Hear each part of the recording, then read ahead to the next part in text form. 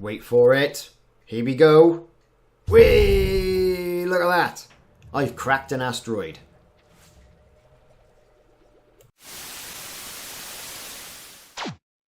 Hello, it's Ricardo and welcome back to Elite Dangerous. I thought I'd take a look at seismic mining. Yes, you know seismic mining, where you crack those asteroids wide open. And this is part of my Reboot and Restart series, where I look at the new developments in Elite Dangerous and hopefully give some tips on how to do it. Now, you can't go around cracking just any asteroid. You can't just go blasting the stuffing out of it, right? You're going to need some stuff to do that, right? First off, stuff is going to manifest itself in a decent ship. You're going to need something like a Python or a crate.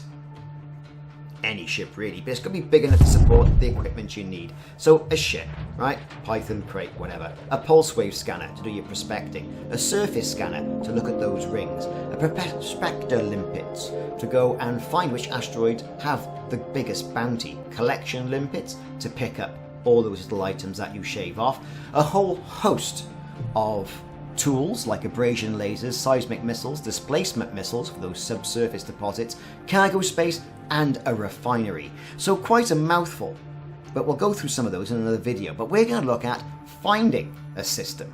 Now, look at this system here, okay?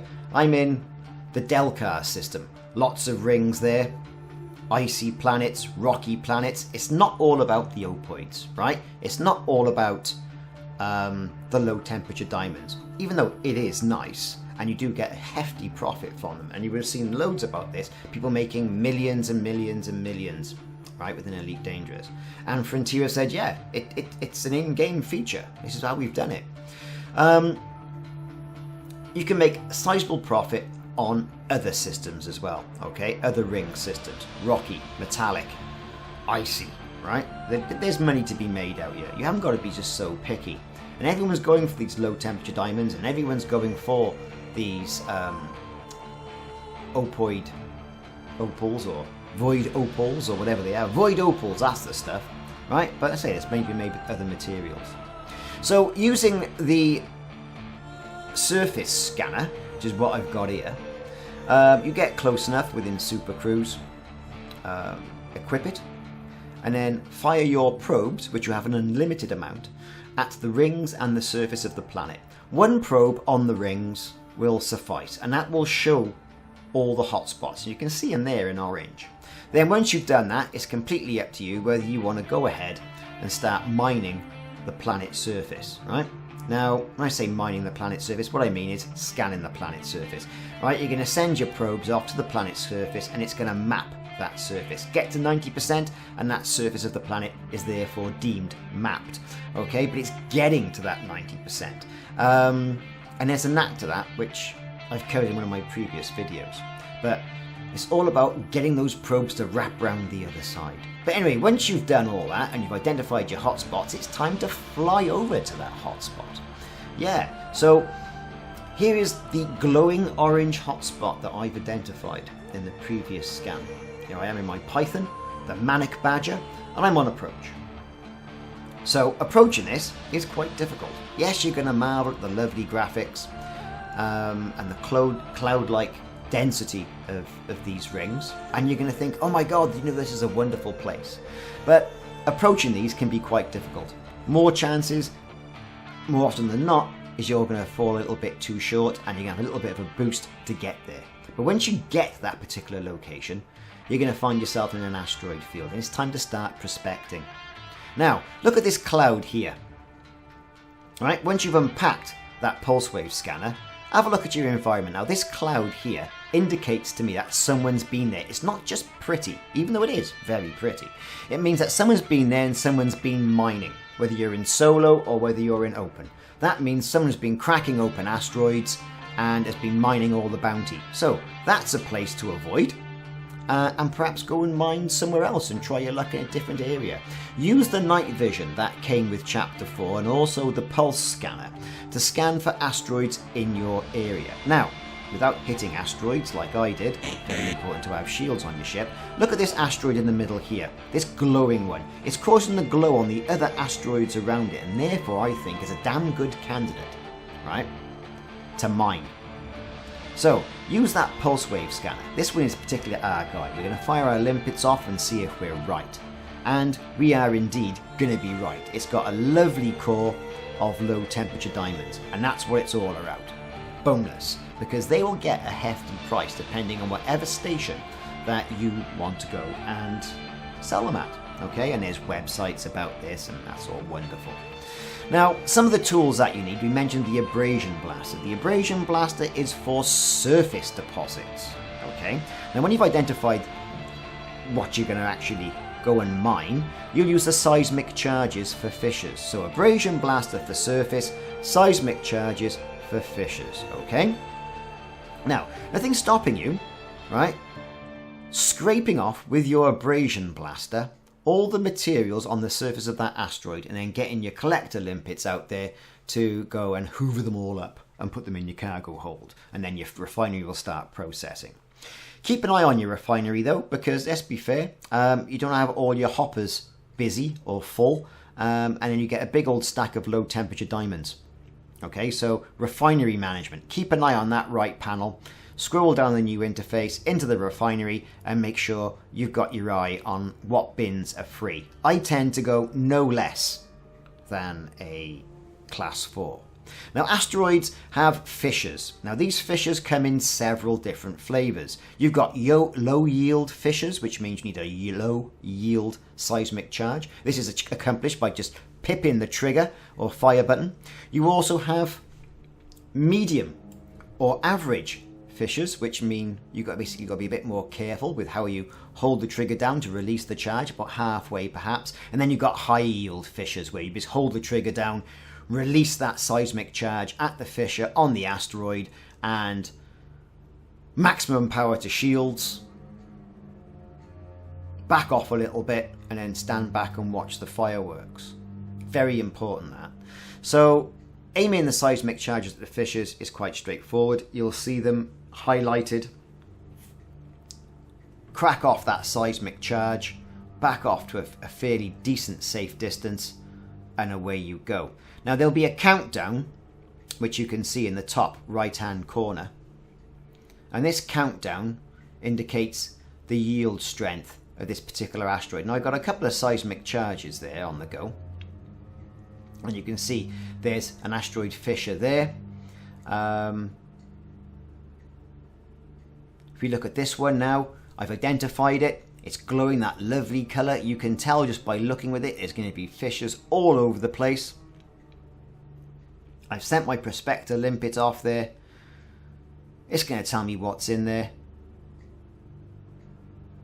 Yes, we've got fissures all of average strength fissures. We've got surface deposits. We've got subsurface deposits. Better get the old displacement missiles out for those ones. And a whole host of materials that I can use. Now, low temperature diamonds as well. Not only can be found inside in the core, but also on surface deposits and subsurface deposits. So don't be afraid to have a good look at some, perhaps say, lesser asteroids that have the materials that you want. I mean, mining is all about prospecting, and you've got to look for these materials to get those materials. And as condescending as that sounds, it's completely and utterly true. If you don't go looking, you're not going to find anything. But it'll take a little while for you to get your head around the fact which asteroids are the asteroids that are worthwhile sending prospector limpets out for and spending some time scanning. And like I said, it's all about finding the ones that are glowing the brightest, and normally they're surrounded by other asteroids. Think, oh, there's a great patch of asteroids out there. I'll go over there and I'll start mining. And it's that one asteroid that has the materials that you need, and the other ones are just having that reflective glow off that one. They do have materials themselves, but nowhere near in abundance as what you'll get from the key Mother Lode asteroid. Now, Frontier have done a really good job here. Mining used to be as boring as bloody hell, in my opinion, and I stayed well clear from it, because sitting there with a mining laser, shooting rocks was not my idea of fun. I like exploring, I like bounty hunting, I like all the rest of it. At least here now, right, you're given that sort of gratification, sort of like set piece of cracking an asteroid wide open, and it is really satisfying. I think it is anyway. and you can find yourself losing hours prospecting a particular ring and gaining all those materials. Things I would mention as well is that I've got an abrasion blaster, displacement missiles, pulse wave scanner, and seismic charges on this Python. I've also got two Class 3C honking, gimbaled beam lasers, right? Because the amount of times I have dropped in somewhere and the pirates have been there, or someone's dropped in and given me a good old pasting, is no one's business.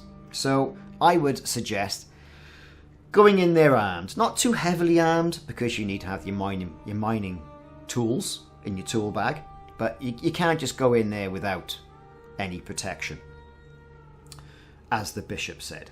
Anyway, so here we go. I've set my charges off, and if I get it right, I'll crack it open. If I get it wrong,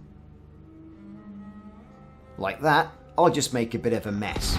It may or may not free some materials, but get it right and get that charge placed right, and it'll crack open and all those materials will spew forth, and you'll get an indication at the top right hand side of the screen how many materials are being released, and you can select those in your contacts section on the left hand panel.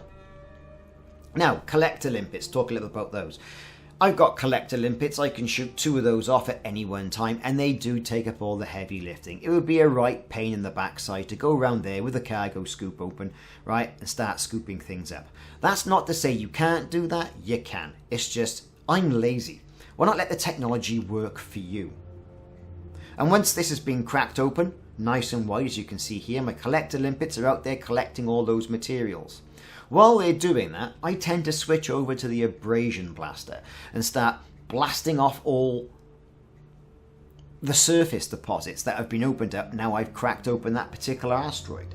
That then releases them, and then the limpets start going out and ferrying back and forth into the cargo hold, and in turn then back and forth into the refinery. Very important, do not leave the station without limpets. There, I've reminded you, no excuse, don't forget your limpets. The amount of times I have forgotten my limpets is no one's business. And it's soul destroying, because you find, where's the mother load? Right, let's get going. But you is a way, right, of actually doing some prospecting without limpets. Look at the surface deposits. Just blast a few off. That'll give you a good indication of what's going on there, as long as you've got your pulse wave scanner. Refinery Management. Take a good look at that as well on the right-hand panel. Refinery Management, take a look at the bins. Alright, the bins will contain the amount of materials. Once the materials get to 100%, it'll refine that quantity of materials and therefore free up the bin.